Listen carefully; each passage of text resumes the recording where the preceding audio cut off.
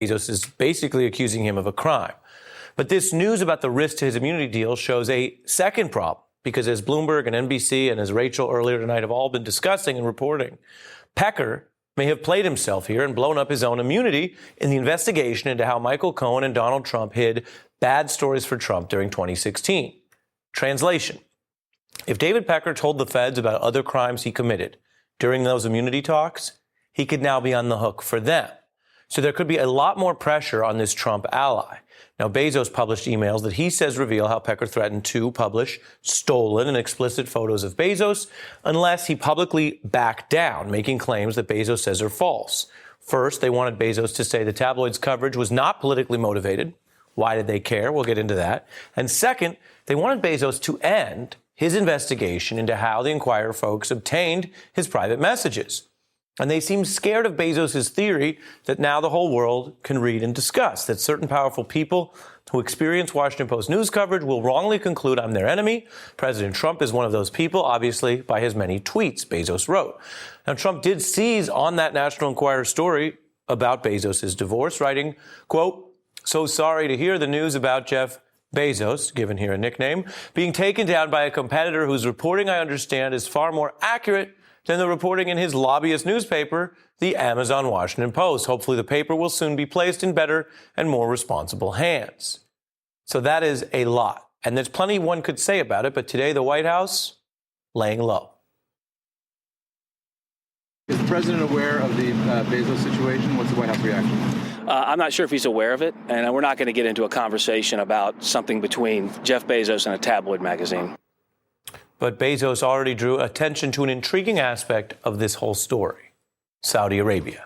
Bezos, quoting the New York Times from August, reporting that after Trump became president, he rewarded Mr. Pecker's loyalty with a White House dinner to which the media executive brought a guest with important ties to the royals in Saudi Arabia. At the time, Pecker was pursuing business there while also hunting for financing for acquisitions. Bezos noting the Washington Post coverage as well of the murder of a person who wrote for them, Jamal Khashoggi. Of course, many remember this. This was in the Saudi consulate in Turkey. Now, Saudi Arabia is a huge critic of the Post's investigation. But now, for some reason, so apparently is this American tabloid owner, David Pecker. And this, again, to what Jeff Bezos is asking, is a big question. Because he writes, several days ago, an AMI leader advised us that Pecker is apoplectic about our investigation. For reasons still to be better understood, the Saudi angle seems to hit a particularly sensitive nerve.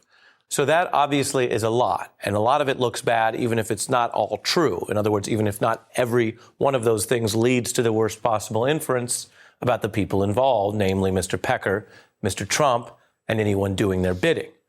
Now, let that all sink in, and then look at a brand new report from the Daily Beast tonight, which details the larger patterns here, the inner workings of this tabloid company's tactics, private investigators who've literally directly worked for them, and the, quote, war of blackmail that goes on, and helps explain their business model and perhaps their brazenness that they thought they could get away with this against the richest man in the world.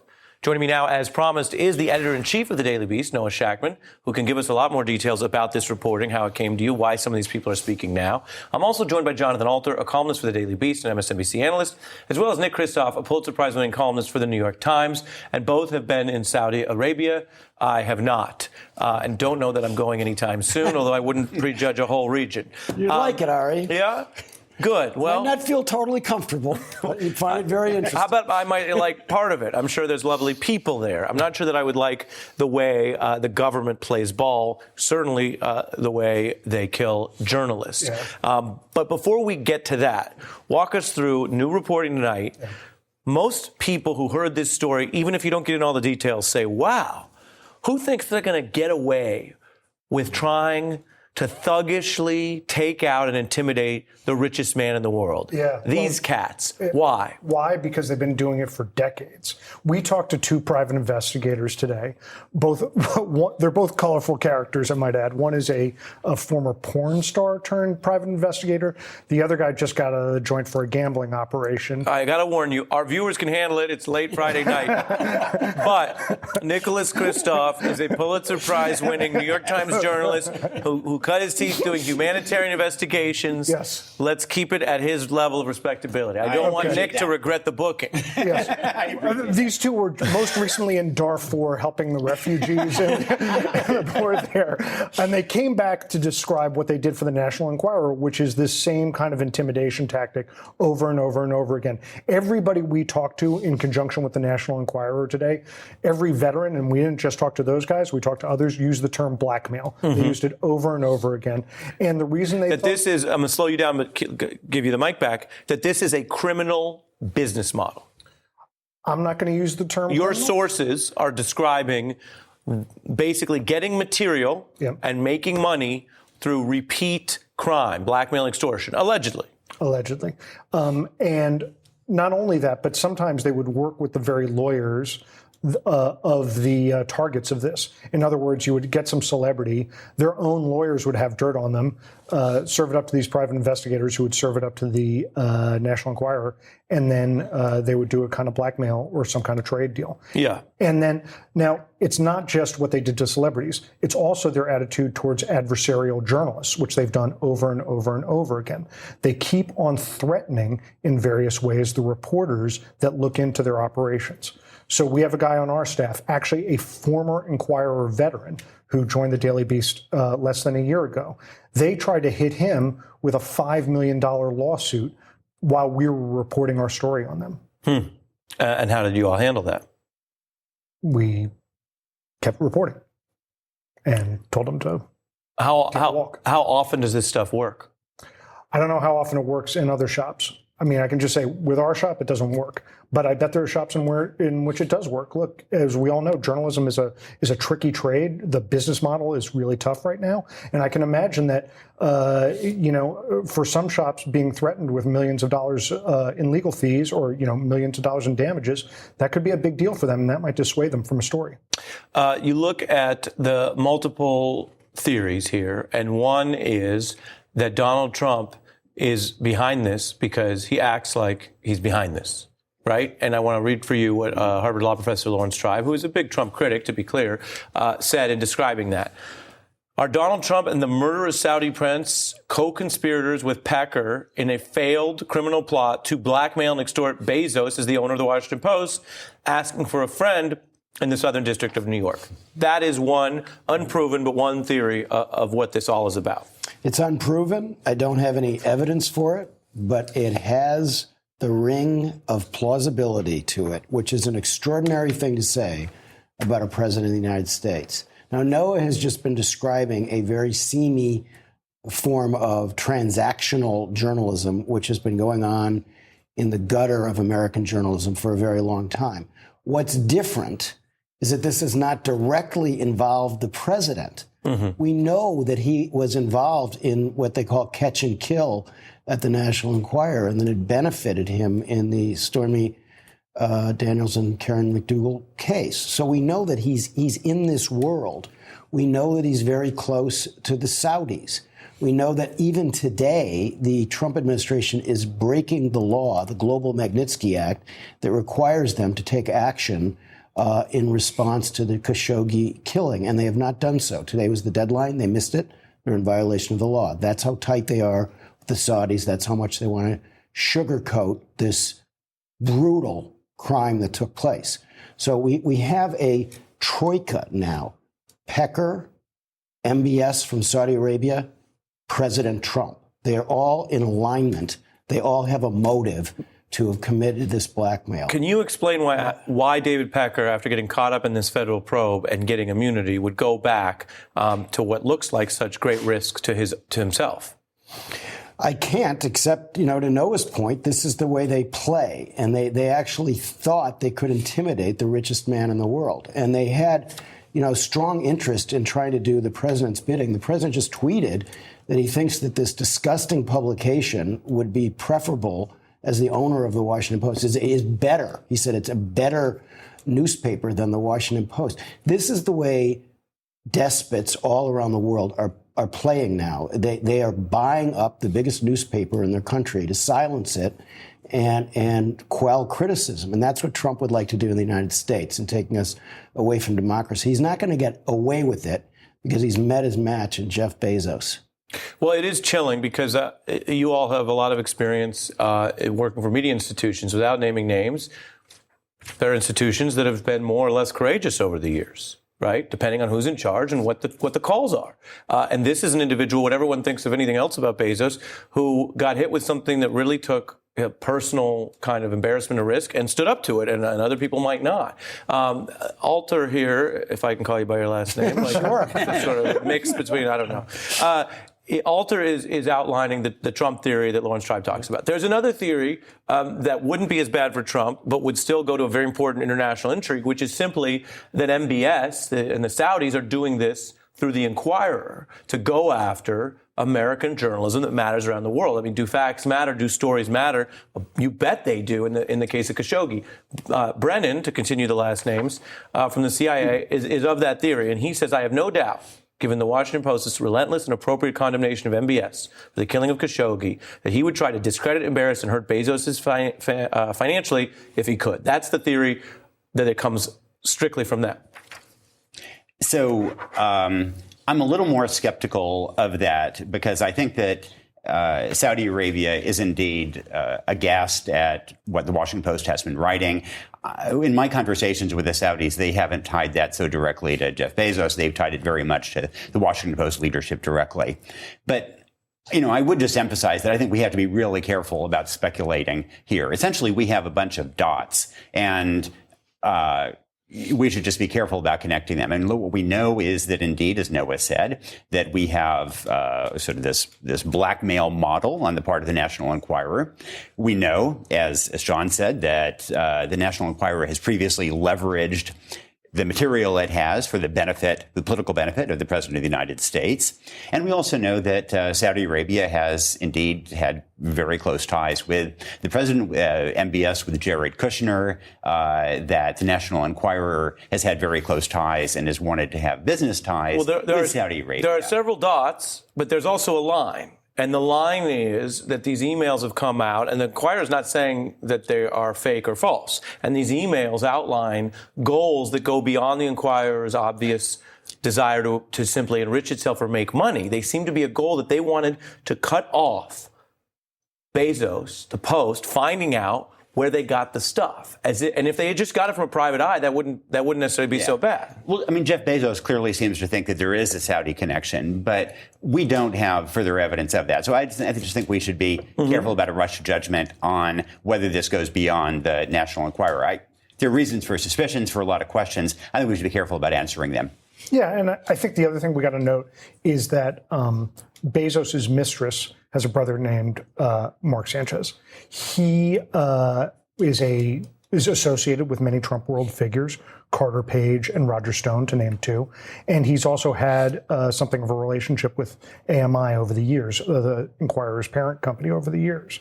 And so he's somebody that's been interviewed in this sort of private investigation that Bezos has funded.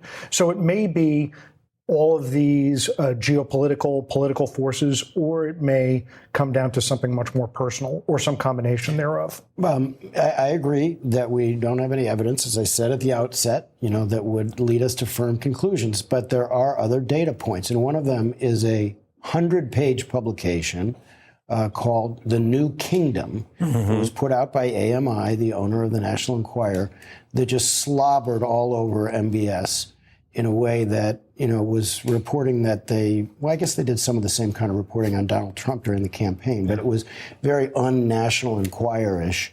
There were no ads. It wasn't at all clear who paid for this. Pecker said that he paid for it out of his own pocket for reasons that are a little bit unclear. The State Department, interestingly, last year when this came out, was asked whether there was a connection between the United States government and the publication by AMI of this 100-page magazine about how great Saudi Arabia is. And they sort of issued a non-denial denial, I think the quote was, to our knowledge, there's no connection to the U.S. State Department, which raised some real eyebrows. So there's a lot of reporting yet to be done on the connections between the Saudis, David Pecker, and the Trump administration. When you look back at Iran-Contra, one of the things that struck people was that it seemed like such a stupid idea from the start. And this stuff just seems so wacky. You know, if it were a movie, right? And that this scene in the movie, you know, right after the midterm elections, the president's tabloid, you know, killer who hides bad stories is back in the mix with international intrigue, you'd say it's too much.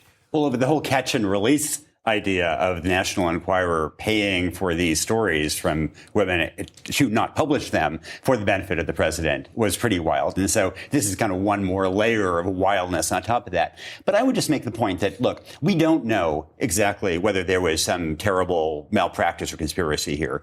Vis-a-vis this affair. We do know that there was vast malpractice vis-a-vis Saudi Arabia more broadly, and that the CIA has concluded that the Crown Prince murdered a Washington Post columnist, that the president has refused to hold the Crown Prince accountable, that Jared Kushner seems to have inquired about whether the U.S. could help the Crown Prince take over the succession, that meanwhile the Crown Prince is torturing and imprisoning women's rights activists, and that the U.S. government refuses to even mention their names. So these are things that are indisputable. Right. And I think we have to, you know, above all, hold the American government accountable for that failure to act on the murder of a journalist and on the imprisonment and torture. Well, I think just this week, one more thing is that the Crown Prince was quoted as saying that he, quote, wanted to put a bullet in him. Yeah. Well, look, so their efforts to distance themselves from that heinous crime are not going very well. This is an important point to reflect on, because you're talking about the true stakes, and you're talking about state-sponsored murder, and you're talking about free speech around the world, and that's why you bring Nicholas Kristof to the table.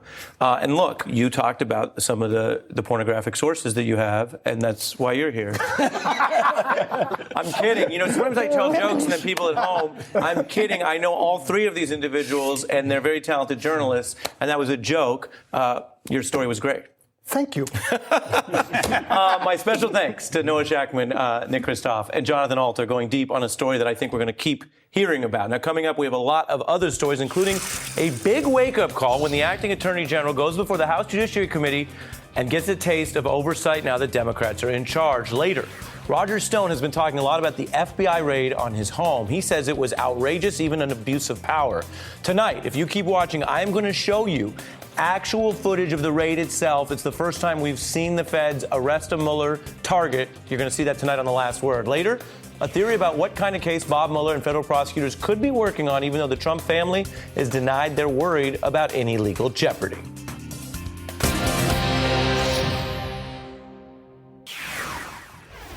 Bob Mueller is getting a new boss pretty soon.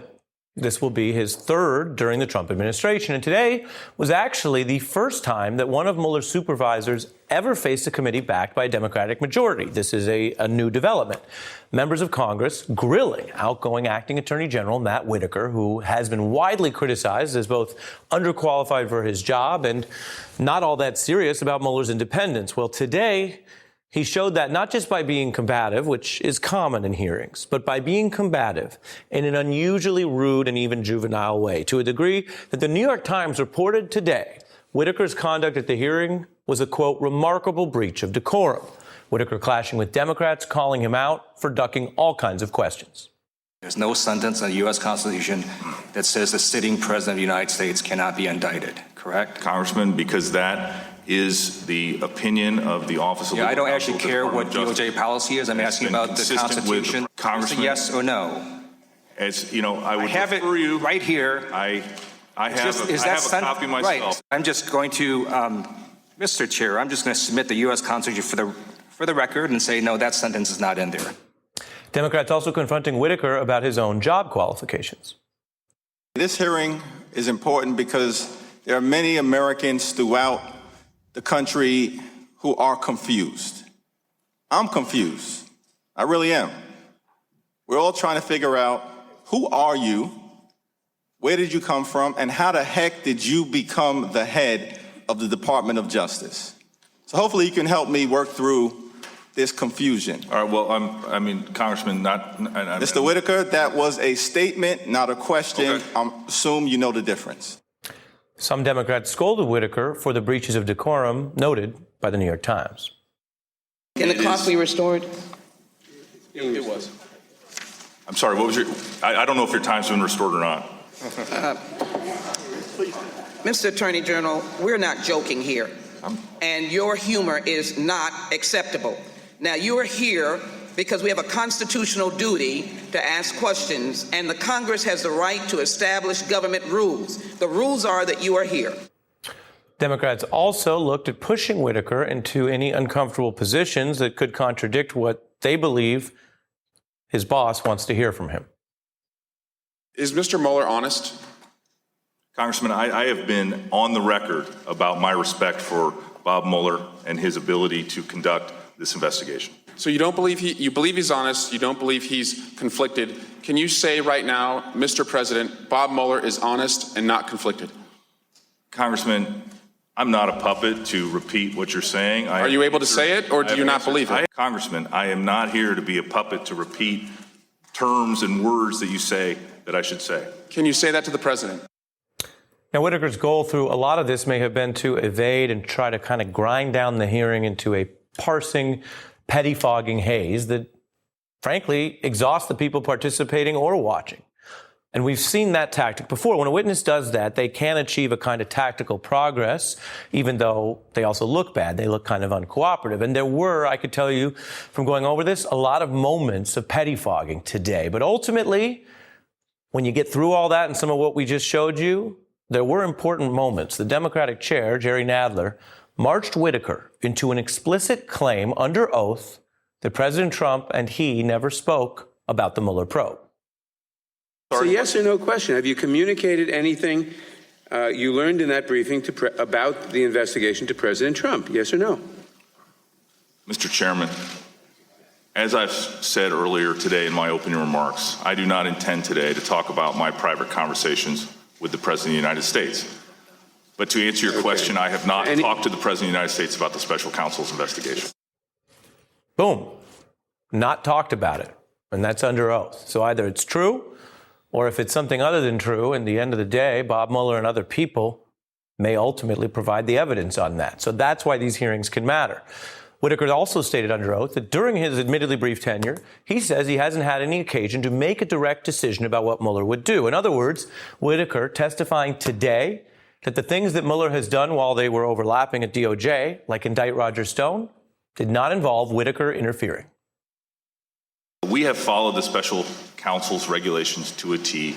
There has been no event, no decision that has required me to take any action, and I have not interfered in any way with the special counsel's investigation. Getting that under oath also matters. Now, we didn't show you in all of these exchanges the amount of work it took some of those members of Congress to get Whitaker to actually make those statements. There was back and forth, grandstanding, and as I call it, pettifogging. So we are left with a question after all of this, given that some of those answers were under oath and sound pretty good. Why was it so hard to get Whitaker to say anything during his testimony? Why did it take so many times to get him to answer basic questions about Mueller? And why did he hold back in some other areas? Joining me now is Matt Miller, a former official with the Justice Department under Eric Holder, an MSNBC analyst, and Lisa Graves, former chief counsel for nominations to the Democrats on the Senate Judiciary Committee. Good evening to both of you. Good evening. Good evening. I put the question first to you, Matt. Why was it hard when, as we showed, some of the answers did come through? Well, look, I think he was trying to play this game all day long where he was saying, very clearly, look, I'm not going to talk about conversations with the president. But then when it was advantageous to him, when the answers were actually acceptable answers, he would talk about the conversations with the president. But I think what he was doing there is, you will see this sometimes with witnesses, and it's a tell. When you say that there is a red line in some areas that you won't discuss, and then you breach that line in some areas and you don't in others, it's a clear sign that in the other areas, there's information that you're trying to hide. So I take him at his word that he hasn't discussed the Mueller investigation with the president, because I don't think he would have gone up here looking to lie. He knew that question was coming. But then when you look at his answers about the Southern District of New York probe, where it's been reported that the president weighed in with him and asked him why more wasn't being done to control those prosecutors after they named the president individual one in the filings. And he refused to say whether he'd had conversations with the president about that. I thought that was a tell. I mean, Lisa, what do you... It's a confirmation, basically. Well, I can't go that far. But Lisa, what do you think of Matt's point there? You basically have two big probes, Mueller in D.C. and the feds in New York. All this crazy stuff we're talking about, the Inquirer and the hush money payments and the immunity deal, that's all the feds in New York. And you had a witness today say, look, I can't tell you anything, but I will tell you I didn't talk about this with the president. And on this, I just can't say. Is that to you a tell as well? I do think it's a tell, and I think that Whitaker was very evasive in these hearings. I think that he was clearly trying to run out the clock, basically, knowing that the Senate is moving to confirm pretty soon Barr to be the Attorney General, notwithstanding the tremendous concerns people have about him. And I think Whitaker was, really evasive in other ways. He was evasive about the group that paid him hundreds of thousands of dollars, dark money group that he was at the helm of to try to attack climate change investigations by state attorneys general. He was not forthcoming about other matters. And so I think he came into this House in some ways the way he came into the public's life at DOJ, which is as someone who has proven himself again and again to be unworthy of the position of public trust that Trump tried to install him into at the Justice Department and put him in this position of power that he, doesn't have the real wherewithal to hold such an important position for our country. And Lisa, did you think at a basic level he wasn't that good at even doing the evading and the ducking? That's right. He wasn't very good. He was rude. He was contemptuous. He seemed in some ways to really misunderstand even the role of the chairman in setting the clock for questions. And so I think he did not acquit himself well. Did he think it was like a shot clock where it ends because the chairman controls the time? And I worked in the Senate, but I feel like if you've watched one of these hearings, you might know that. Yeah, it was really stunning. I mean, it was just really an incredible performance. I think that this certainly, if nothing else, I think it dooms him from any other position of any kind, really for the rest of his career. He shouldn't have had this position, but his performance today, is one that I think is an embarrassment to the United States Department of Justice, where I previously worked. I think it's embarrassing the United States to have someone who's so contemptuous, who's so unfit for that role, come and play the way he did before our United States House of Representatives. The flip side to this, Matt, I think goes to the way that we see Mueller's strategy through what we don't see, by which I mean that other prosecutors have done this job in different ways. He obviously is well known for not leaking, but more so than that, he makes sure to have his supervisors out front and never him. So Rod Rosenstein announced indictments. Matt Whitaker gets roughed up here and then is basically out here telling a story under oath. Mueller's not under oath. He'll have to decide later if he wants to contradict any of this in his own way. Maybe it could potentially be relevant to obstruction if anyone was lying. So what does that tell us about the way that Mueller seems to maneuver through what has now been several bosses? Well, two things about that. One, that Mueller has decided very, very, intentionally from the beginning of this investigation that he was going to speak only through court. And when he did speak through that mechanism, through court, what he said was going to be bulletproof. And so you would see indictments with very, that laid out the evidence, very meticulously in a way that was very hard to poke holes in. And he wasn't going to engage in political games. The second thing I think it tells you, because Mueller hasn't been out and hasn't allowed himself to become a political football. I mean, he gets attacked by the president, but not with any real, justification. It's hard to see someone He doesn't have a nickname, Matt. Yeah, that's right. It's hard to see someone like Matt Whitaker being able to roll him bureaucratically. I know a lot of people, and I was one of them, were concerned when Whitaker got this job that he was there to quash this probe. He was there to steer it, an untoward direction. And we're now at the end of Matt Whitaker's tenure, basically, and he hasn't been able to do that. And I think, what we saw today, this is not the kind of sophisticated legal and political mind that's going to be able to win an internal bureaucratic fight with someone like Bob Mueller or someone like Rod Rosenstein. So as worrying as the Matt Whitaker tenure was, and as much of an embarrassment it was for the department, and really a stain on this administration that they put someone like him in front of the Department of Justice, I think what we found is that at the end of that tenure, he's not been able to interfere with this probe in any meaningful way. Right, and you're saying never underestimate the limitations of incompetence. Yeah, exactly. We've seen that many times in this administration. Matt Miller and Lisa Graves, thanks to both of you. Coming up, something I think you should see. Roger Stone has been saying the FBI was out of line in the way it arrested him. Well, we're going to show you tonight something you may have never seen before, which is footage from Roger Stone's house of the entire arrest. It's fascinating, and it's next.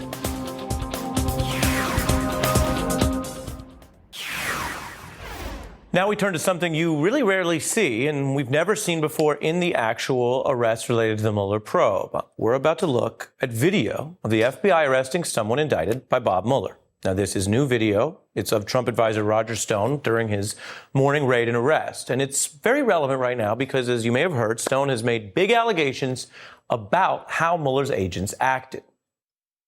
This was an egregious overreach by Mr. Mueller. These are Gestapo tactics. To storm my house with a greater force than was used to take down bin Laden or El Chapo or Pablo Escobar, to terrorize my wife and my dogs, it's unconscionable.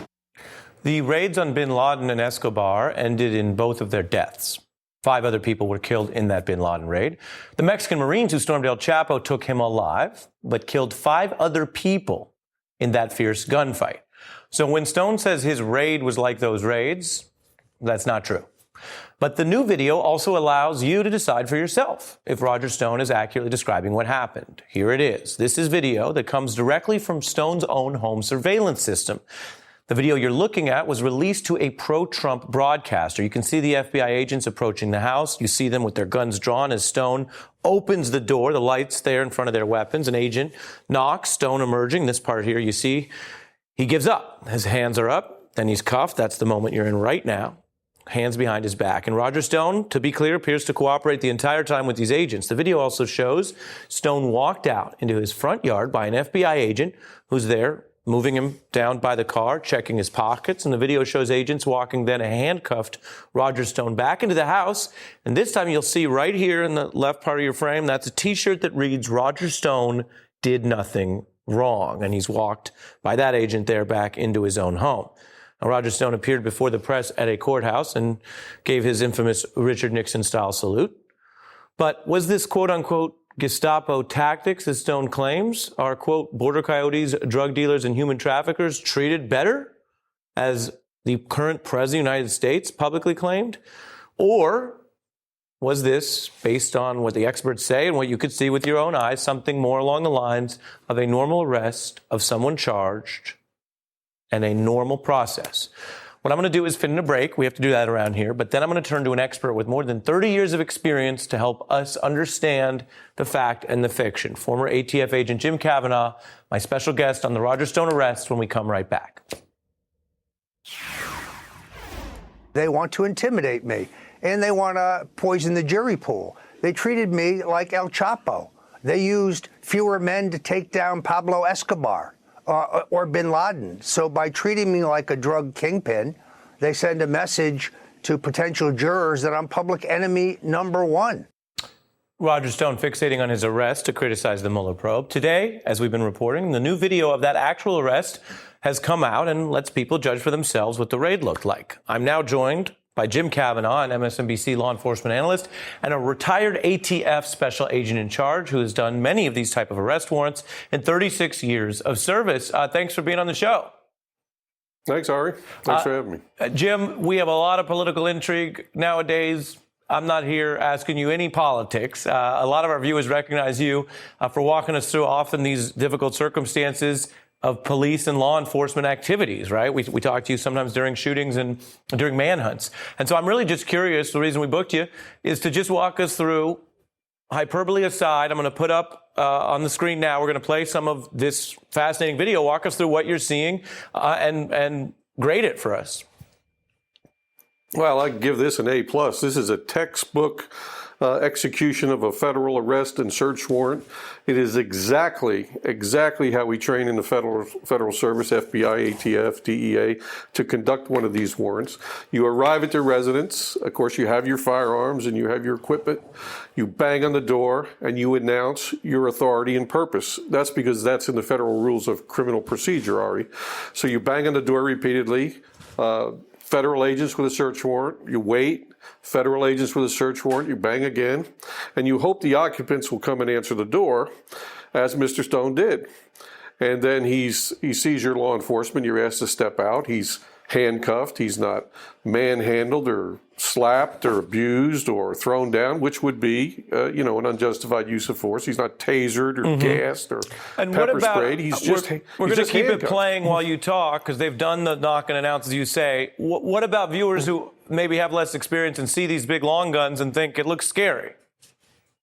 Well, look, we understand that citizens see law enforcement and their equipment, and sometimes it can be scary. But just in the past few weeks, law enforcement officers have been killed on search warrants with occupants shooting through the doors. You never know how people are going to react. Even white-collar criminals can sometimes react. They can be suicidal. They can decide to resist. I mean, Stone has been associated with the Proud Boys, which is the Southern Poverty Law Center is called a hate group. They're street brawlers. I mean, he has associates like that. He threatened to kill a federal witness. Now, he's not an extremely violent guy, and that's why they knocked and announced like a normal search warrant. And then he, as you credited, and I mentioned this in our early reporting, credit to him, he complied as one is supposed to. So bottom line, when he says this is excessive, do you view that as partly true, partly false, or totally false? No, it's so totally false. I mean, it's a tempest in search of a teapot.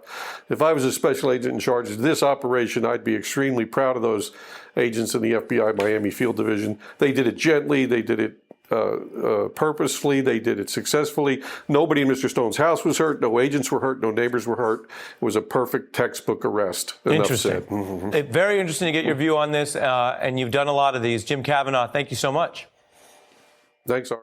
Thank you, sir. Now, coming up, the Trumps have all said they are not concerned as family members about these probes. But should they be? We'll get into it with an expert next. We've been having a nice Friday night, and sometimes we reflect on how busy the news has been this week. You might have missed some pretty important developments in the investigation coming out of the Southern District of New York. There was the revelation that federal prosecutors there had subpoenaed a wide range of documents from Trump's inaugural committee, the money trail. You may recall this inauguration, despite its size, was actually the most expensive in history. Now, it also had fewer A-list celebrity performances and some of the other things that are associated with major receipts. You did have 4 guys, though, who all played the piano at once. We found that video. Now, the SDNY appears to be following the money and figure out, well, why was it so expensive? They're also probing whether or not foreigners might have illegally donated to the inaugural committee, which could be a way to get some sort of favor with the new administration. And as part of our review of what happened this week, the Wall Street Journal revealing the existence of even more tapes in a related investigation in New York from Michael Cohen, Trump's former fixer. The tapes obtained also by the Southern District. Now, they had their raid of Michael Cohen's office, and they include conversations between Cohen and Stephanie Winston Wolkoff, a longtime Melania Trump confidant who was the event producer for this expensive inauguration. Now, on the tape, she reportedly says that she has all kinds of concerns about how the money was being spent, and emails from Wolkoff, which were first published by ProPublica, show some of those same concerns went all the way up to the Trump family member, including a Trump White House advisor named Ivanka Trump. Wolkoff raising the concerns that the inaugural committee may have overpaid for event space at guess where? Trump's Washington hotel. That itself, depending, of course, on how much they overpaid, could be illegal under the tax laws that govern a nonprofit, which the inaugural committee was. Then, this morning, Ivanka Trump weighed in saying, no biggie, she's not worried. Some of the president's former aides have now been charged, and people are saying, look, the walls are closing in. Are you concerned about anyone in your life that you love? No. Being involved? I'm not. I'm really not. I have zero concern. We have a next guest joining us who has a theory about why there's so many revelations coming to the SDNY and what it means, including for Trump's family members. That's next. Many critics say that Donald Trump seems to act like the head of a crime family. Could he be charged like one, though? Is this more than rhetoric? A former federal prosecutor, Barbara McQuade, makes this case in a new column, writing, recent developments in the New York federal prosecution investigation suggest they could be building the case against the president and his family under the Racketeering Influence and Corrupt Organizations Act, known colloquially as RICO, a statute you've probably heard of because it is used against organized crime syndicates. Getting tonight's last word is that former U.S. Attorney Barbara McQuade. Please explain. Good evening, Ari. Yeah, so I've been asked before whether RICO is a possible criminal charge that Robert Mueller might be looking at. And, I've really thought not, that it doesn't really fit election interference. But when you look at what the Southern District of New York is looking at, who are the experts in RICO taking down mob families, it does make a little bit of sense. RICO essentially was a statute passed in 1970 to go after the mob because mob bosses would insulate themselves from criminal liability by having underlings commit crimes. What RICO says is that it's a crime for someone to participate in the affairs of an organization, either directly or indirectly, through a pattern of racketeering activity. So those predicate crimes could be wire fraud, mail fraud, money laundering, some of the very same kind of crimes that we're seeing the Southern District of New York look at. And so could they be building a RICO case? I think there's a possibility that they are. Did you ever see the Dark Knight Rises Batman movie? Yes. So you remember that's for the legal nerds, that's the breakthrough scene where they say, Harvey Dent says, well, wait, if they were pooling their money, we can get all of them on RICO.